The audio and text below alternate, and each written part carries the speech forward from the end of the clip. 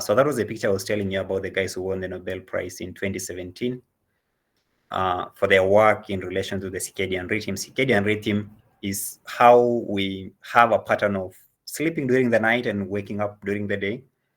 So there's a cycle, there's an internal clock that has that rhythm, and protein was isolated that is released from the brain, and that protein oscillates or increase and decrease, and the rising and falling of that protein in the body is associated with some other hormones.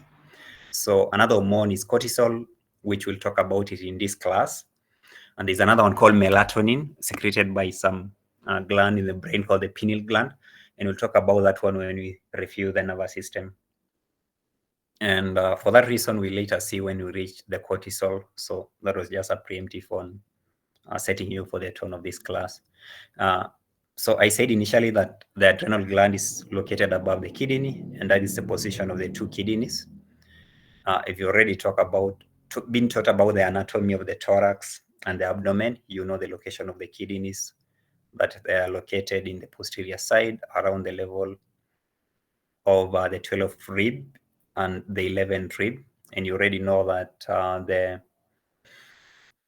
right one is slightly lower than the left kidney because it's being pushed down slightly, and they are not of the exactly same size.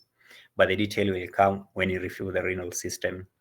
I equally went ahead and say that the gland is composed of two sections. So we have the medulla, which is the inner section, then we have the cortex, which is the outer section. And the outer section that we call it the cortex has 3 zones, and each and every zone has a predominant hormone that is being produced.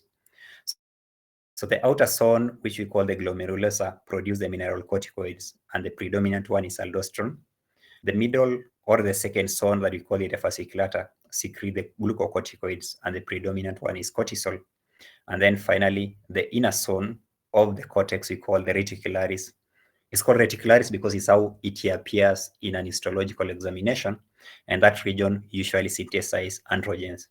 And the reason for the specificity on the hormone being produced is because of the enzyme that is needed to synthesize the hormone concentration in that region.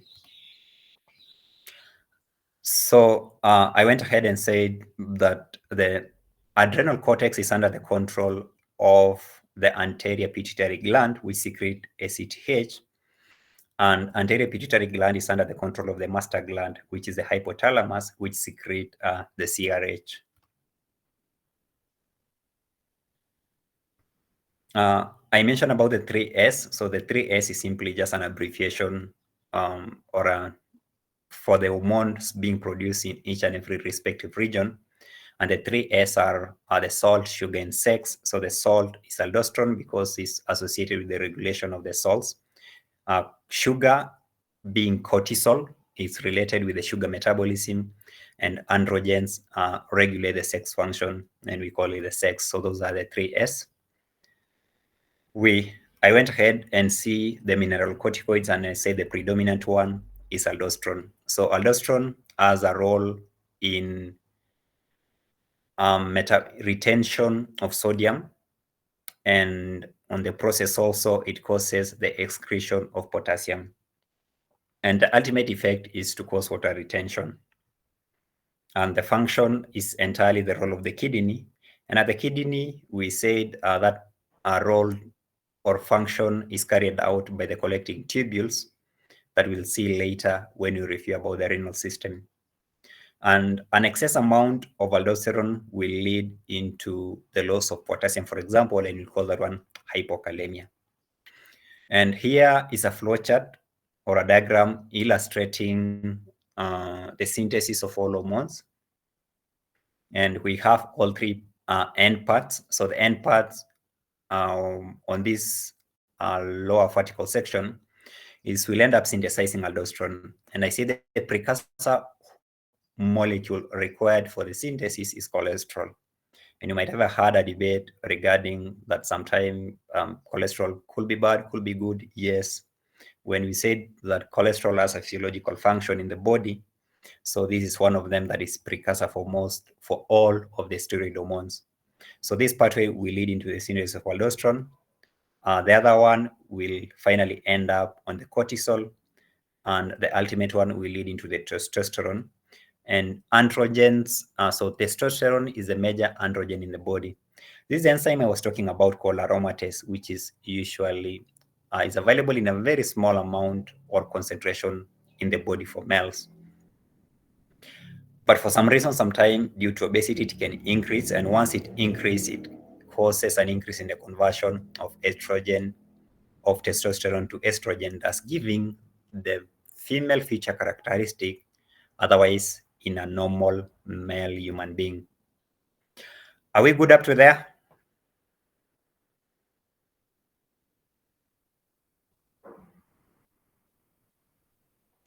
Yes.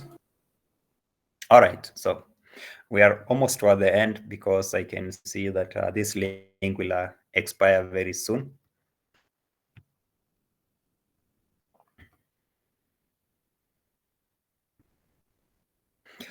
So this is a diagram just still illustrating the process of the synthesis of hormones, which is slightly beyond the scope of physiology and lies within the biochemistry. So these are the disorders called the Crohn's disease or the Crohn's syndrome, which is simply a condition called hyperaldosteronism.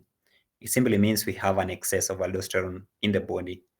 And the reason for the excess could be because we have a tumor in the adrenal gland that is secreting the excess aldosterone.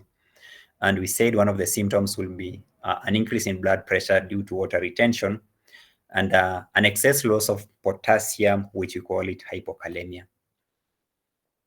So that is enough regarding mineralocorticoid, and that was the first S on salt. We go to the second S, and that is on sugar, and we call this one glucocorticoids, and the predominant one is cortisol. So cortisol is the principal glucocorticoid in the body, and the secretion is in a diurnal pattern. So we have this rise and falling in the secretion. So from noon, we have a slight peak at around evening in the 6 p.m. So throughout the night, the levels goes down, and immediately before you wake up. So by the time you are 6 a.m., around 7 when your alarm goes on, we'll have a sudden spike in the level of cortisol. And this rise and falling of the cortisol level in blood is what we call the circadian, is also closely associated with the circadian rhythm, such that by the time you wake up in the morning, so you have an increase in the level of cortisol. And we'll see the implication of that one as we proceed. But first, before we see the implication, we have to see the function or the normal function of the cortisol hormone. It's also called a stress hormone. And not that it causes us stress, but because once we have the stress in our body, and that will include both a physical stress and an emotional stress, so the cortisol come into our rescue. So it rescues us from stress, and for that reason, it's called a stress hormone. So it has the following effect. One, it causes the normal metabolism in the body to be operating optimally. And then it increases our resistance to stress. How does it achieve that one? Through the following effect. So when you are stressed, we'll need a lot of energy, perhaps either to fight or to run away, or to prepare us for the day that is coming. And to do that one, it increases the mobilization of sugars from other sources, and it will dump it into the blood.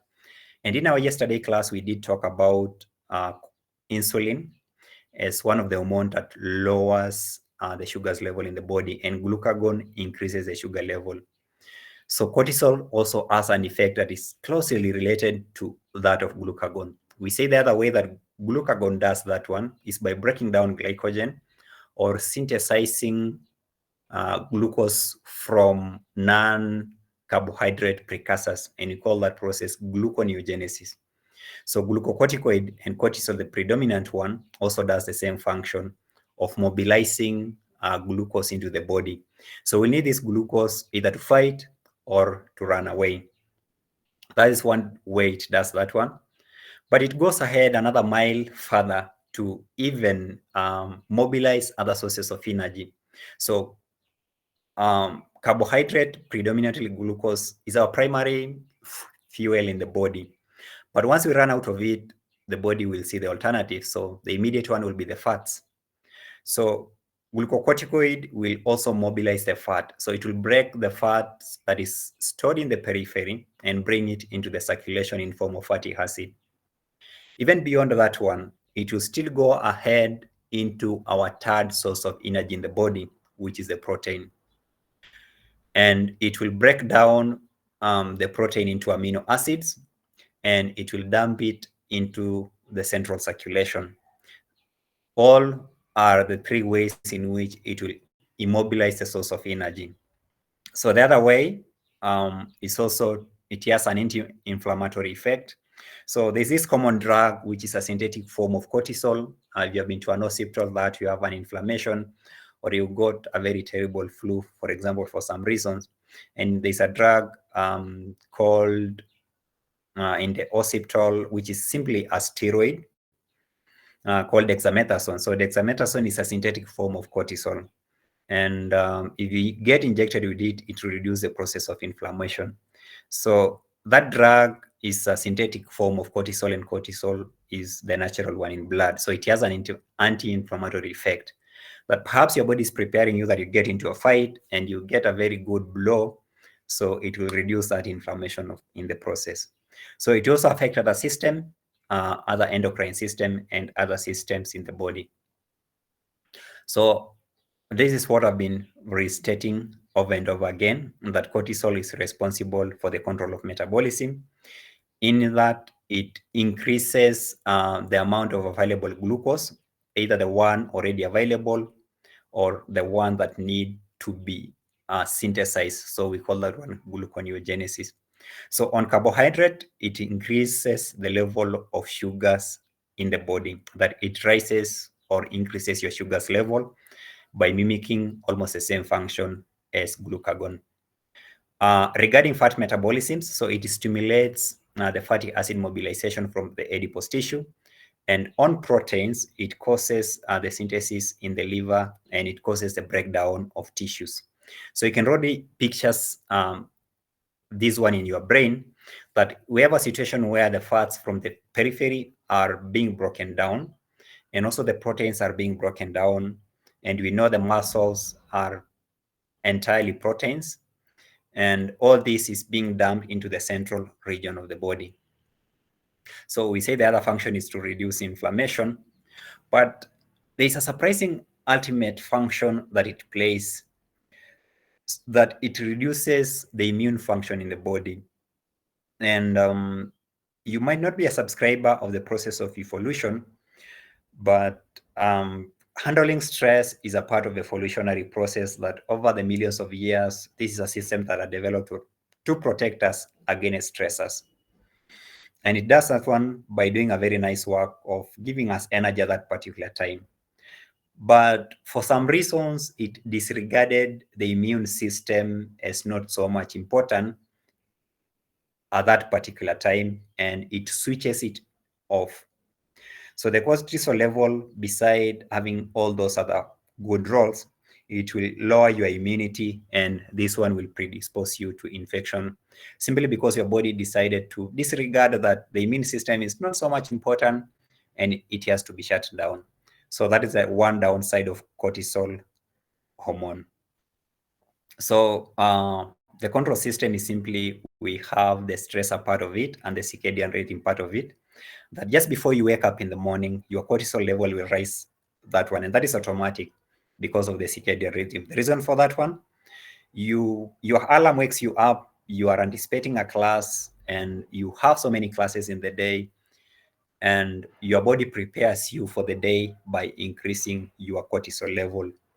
And that is the reason why it increases just before you wake up, to ensure that you have all the resources that you need to have the stressors throughout the day. And one of the stressors is you now sitting behind your laptop or phone listening to me. Your body interprets that one as a stressor. So once we have an excess of it, we end up with a condition called the Cushing syndrome or the Cushing disease. And once you get all those roles or the effect of cortisol and you add all of them up, you end up with an individual with an image like this that I can, if you're able to see it in your screen, yes, this one.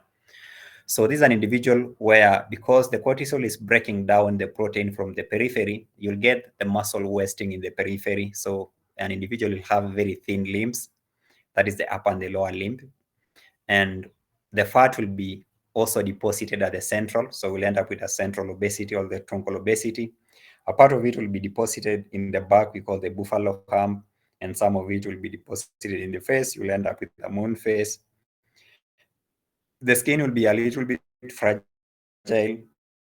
so you end up with some stripe or those marks that appears in the body.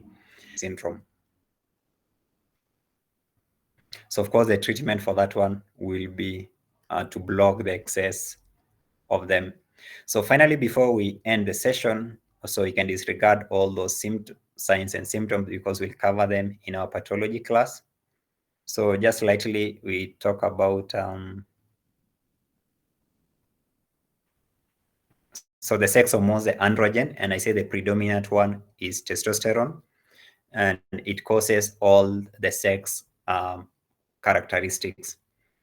So because the concentration is so small that it only account about 2%, so even sometimes the removal of it, as long as the male gonad, the testes are still there, all the male feature characteristic would still be maintained. But in situation where we have an excess production of them, in female, they will start developing male sexual characteristics. So that one brings us into the end of that session on cortisol hormones. And if you have any question, because I can see from, yes, so the session will end in 16 minutes. So I can welcome your questions quickly before our sessions ends. So Patrick Masinga, so quickly you can always put them in the chat or you can raise your hand. So Patrick, go on.